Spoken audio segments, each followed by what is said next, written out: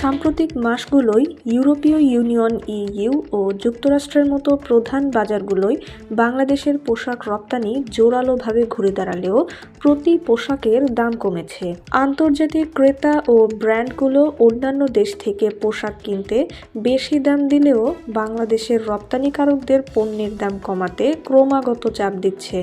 Office of textile and অ্যাপারেলের OTEXA এর তথ্য বলছে, গত জানুয়ারিতে বাংলাদেশ থেকে যুক্তরাষ্ট্রে পাঠানো প্রতি পোশাকের দাম 2.20% কমেছে। তবে জানুয়ারিতে রপ্তানি আগের বছরের একই সময়ের তুলনায় 45.93% বেড়ে $799.65 মিলিয়ন হয়েছে। গত জানুয়ারিতে বাংলাদেশ থেকে যুক্তরাষ্ট্রের রপ্তানি বেড়েছে 49.21%, ভিয়েতনাম থেকে 17.05%, চীন থেকে 9.36% ও অন্যান্য দেশ থেকে 18.49%।